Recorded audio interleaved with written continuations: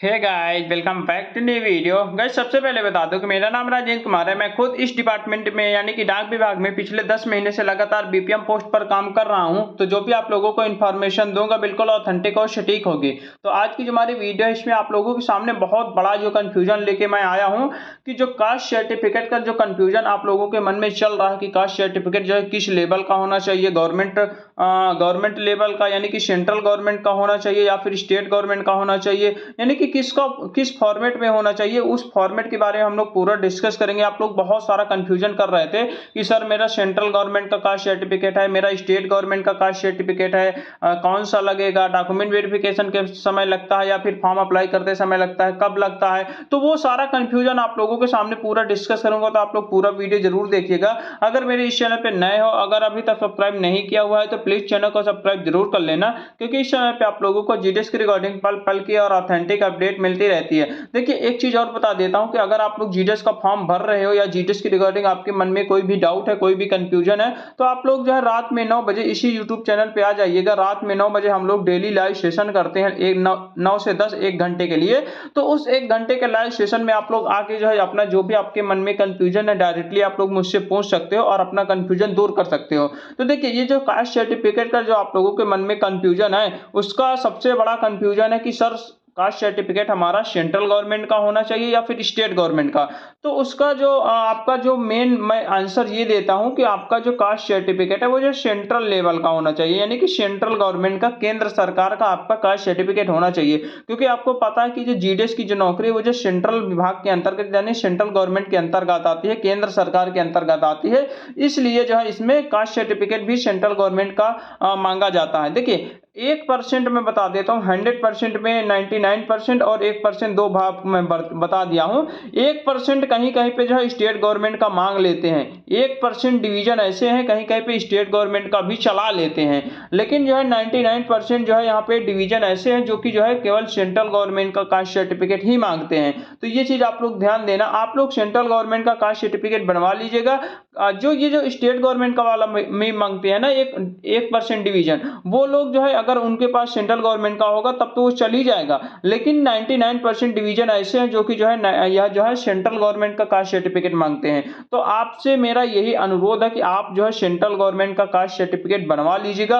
और देखिए, एक चीज आप लोगों के सामने मैं ये भी बता देता हूं कि कहीं कहीं पे किसी किसी डिवीजन में यहाँ पे ये बोला जाता है कि आप जो सेंट्रल गवर्नमेंट का कास्ट सर्टिफिकेट बनवा रहे हो वो जो है एप्लीकेशन फॉर्म फिलअप करने जो लास्ट डेट होती है ना, एप्लीकेशन फॉर्म की जो लास्ट डेट होती है, जैसे कि इस बार 5 अगस्त है, तो उस 5 अगस्त के पहले का जो है कास्ट सर्टिफिकेट होना चाहिए, उसके बाद का नहीं चलेगा। तो ये चीज आप लोग बहुत ही ध्यान देना। अभी भी आपके पास वक्त है, समय है। अभी 5 तारीख को जो है फॉर्म की लास्ट डेट है, तो उसके पहले पहले अपना कास्ट सर्टिफिकेट इश्यू करवा लीजिएगा, बनवा लीजिएगा। उसके बाद का अगर आप लोग बनवाओगे फॉर्म भरने के बाद का, तब आपका नहीं माना जाएगा। ये चीज ध्यान देना। इसीलिए मैंने सोचा कि इस पर एक प्रॉपर वीडियो बनाकर आपका सभी कंफ्यूजन जो है उसको दूर किया जाए। ठीक है, पहला कंफ्यूजन ये था कि कास्ट सर्टिफिकेट सेंट्रल का चाहिए या फिर स्टेट का चाहिए। तो सेंट्रल गवर्नमेंट का चाहिए, सेंट्रल गवर्नमेंट की जॉब है तो सेंट्रल गवर्नमेंट का ही कास्ट सर्टिफिकेट चाहिए। और देखिए, दूसरा कंफ्यूजन ये है कि जो है ये जो हमारा 5 अगस्त है, 5 अगस्त के बाद का होना चाहिए या फिर पहले का होना चाहिए। तो 5 अगस्त इसकी लास्ट डेट है फॉर्म फिलअप करने की, तो 5 अगस्त के पहले का होना चाहिए, यानी कि 5 अगस्त के पहले की डेट का आपका कहा कास्ट सर्टिफिकेट होना चाहिए। और देखिए, 3 साल पुराना नहीं होना चाहिए, यानी कि 3 साल से पुराना, क्योंकि आपको पता है 3 साल तक वैलिड होता है, तो 3 साल से पुराना नहीं होना चाहिए। अगर आपका 3 साल से पुराना है तो आप लोग इशू करवा लीजिए, नया बनवा लीजिएगा। 100-150 रुपए लगेगा, बन जाएगा, कोई दिक्कत नहीं है। अब देखिए, एक जो कंफ्यूजन सबसे बड़ा यह है कि जीडीएस में कास्ट सर्टिफिकेट कब लगता है, डॉक्यूमेंट वेरिफिकेशन के समय लगता है या फिर फॉर्म अप्लाई करते समय। तो फॉर्म अप्लाई करते समय यहाँ पे कोई भी आपसे डॉक्यूमेंट्स नहीं मांगा जाता है। यहाँ पे केवल फॉर्म अप्लाई करते समय आपके जो भी डाटा है, आपका नाम, डेट ऑफ बर्थ, पिता का नाम, एड्रेस, उसके बाद हाई स्कूल किस वर्ष पास आउट हुए, कौन से बोर्ड से हुए हैं, कहाँ से फॉर्म भर रहे हैं, मार्क्स कितना है, ये सारा चीज केवल फॉर्म अप्लाई करते समय डाटा मांगते हैं, ना कि वहां पे कोई भी डॉक्यूमेंट्स मांगता है। उसके बाद आपके जो सारे डॉक्यूमेंट्स है वो डीवी के समय यानी कि डॉक्यूमेंट वेरिफिकेशन के समय ही मांगा जाता है। सारे ओरिजिनल डॉक्यूमेंट्स मांगा जाता है डॉक्यूमेंट वेरिफिकेशन के समय। तो वही ये भी जो है डॉक्यूमेंट वेरिफिकेशन के समय आपको लगेगा, फॉर्म भरते समय आपको नहीं लगेगा। लेकिन फॉर्म भरते समय आपको ये बताना पड़ेगा कि आप किस कैटेगरी से आते हो, ठीक है। देखिए यूआर वाले का कोई भी नहीं लगता है, जो जनरल के कैंडिडेट हैं उनका जो है यहाँ पे जो है कोई सर्टिफिकेट नहीं लगेगा। और एक चीज और बता देता हूँ, अगर जनरल पे आप फाइट करोगे, जैसे कि आप लोगों ने पोस्ट प्रेफरेंस डालते समय वहां पे जनरल प्लस अपने कैटेगरी में भरा होगा, तो उस समय क्या होगा कि जिस कैटेगरी में आप जो है वहां पे अगर यूआर कैटेगरी की सीट अगर आपको मिलती है, सिलेक्शन होता है, तब भी आपको कास्ट सर्टिफिकेट नहीं मांगा जाएगा। अगर आपको अपने अपने जो है कैटेगरी में जॉब मिलेगी तब आपको जो है कास्ट सर्टिफिकेट मांगा जाएगा, ये चीज ध्यान दे लेना, ठीक है। तो मैंने बता दिया। और देखिए ये एक पॉइंट मैं आपको और रियलिटी बता रहा हूं, क्योंकि जो है ये रियलिटी आपको कोई भी नहीं बताएगा। मेरा जब फर्स्ट डीवी होना था, मेरी जब जॉब लगी थी, फर्स्ट डीवी होना था, तो मुझको क्या था कि मैं एससी कैंडिडेट हूं, तो एससी वाला जो कास्ट सर्टिफिकेट है उसमें देखिए मेरे डिवीजन में जब मेरा फर्स्ट डीवी हुआ था, वहां पे मेरे साथ इशू हो गया था, मेरे साथ प्रॉब्लम हो गया था। ये देख सकते हो आप लोग, इसमें ये देखिए ओबीसी कैंडिडेट का जो है कास्ट सर्टिफिकेट सेंट्रल गवर्नमेंट का है, ठीक है। इसमें अगर आप लोग देखोगे, देखिए स्टेट और सेंट्रल गवर्नमेंट में कुछ फर्क नहीं होता है, सिर्फ इतना फर्क होता है कि जो स्टेट वाला होता है उसमें हिंदी से लिखा होता है, और जो हमारा सेंट्रल गवर्नमेंट का होता है उसमें इंग्लिश से लिखा होता है, बस यही फर्क होता है, ठीक है। उसके बाद यहाँ पे देख सकते हो आप लोग, ये जो other bachelor classes, backward classes, यानी कि ओबीसी कैंडिडेट का है। ओबीसी कैंडिडेट का अगर आप लोग देखोगे सेंट्रल गवर्नमेंट का कास्ट सर्टिफिकेट, उसमें यहाँ पे लिखा होगा गवर्नमेंट ऑफ इंडिया, यहाँ पे नीचे लिखा होगा गवर्नमेंट ऑफ इंडिया, ये वाला पॉइंट ध्यान देना।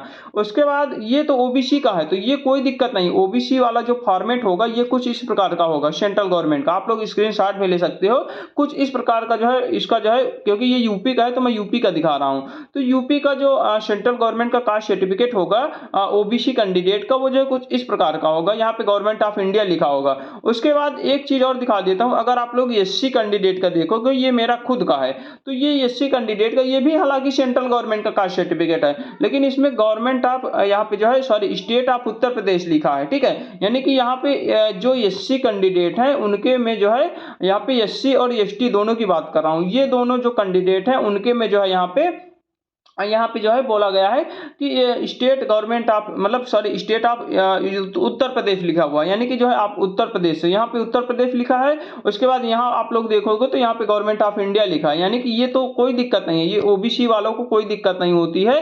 दिक्कत ये होती है कि जब एससी एसटी कैंडिडेट होता है ना, एससी एसटी कैंडिडेट होता है तो उसको दिक्कत होती है। डीवी के समय यहाँ पे मुझको जो है ये वाला जो है मेरा रिजेक्ट कर दिया गया था, ये बोला गया था कि आपका ये वाला सेंट्रल गवर्नमेंट का कास्ट सर्टिफिकेट नहीं है, मेरी डिवीजन रिजेक्ट कर दिया था। तो मैंने क्या करा था, मैंने उनसे पूछा कि आखिर क्या बात है, ये जो है रिजेक्ट क्यों किया गया है, जबकि जो है सेंट्रल गवर्नमेंट का कास्ट सर्टिफिकेट जो एससी एसटी का है वो जो इसी प्रकार का बनता है, यही फॉर्मेट होता है, सब में जो है उत्तर प्रदेश लिखा होगा या फिर जो भी आपका स्टेट होगा वो लिखा होगा, गवर्नमेंट ऑफ इंडिया नहीं लिखा होगा।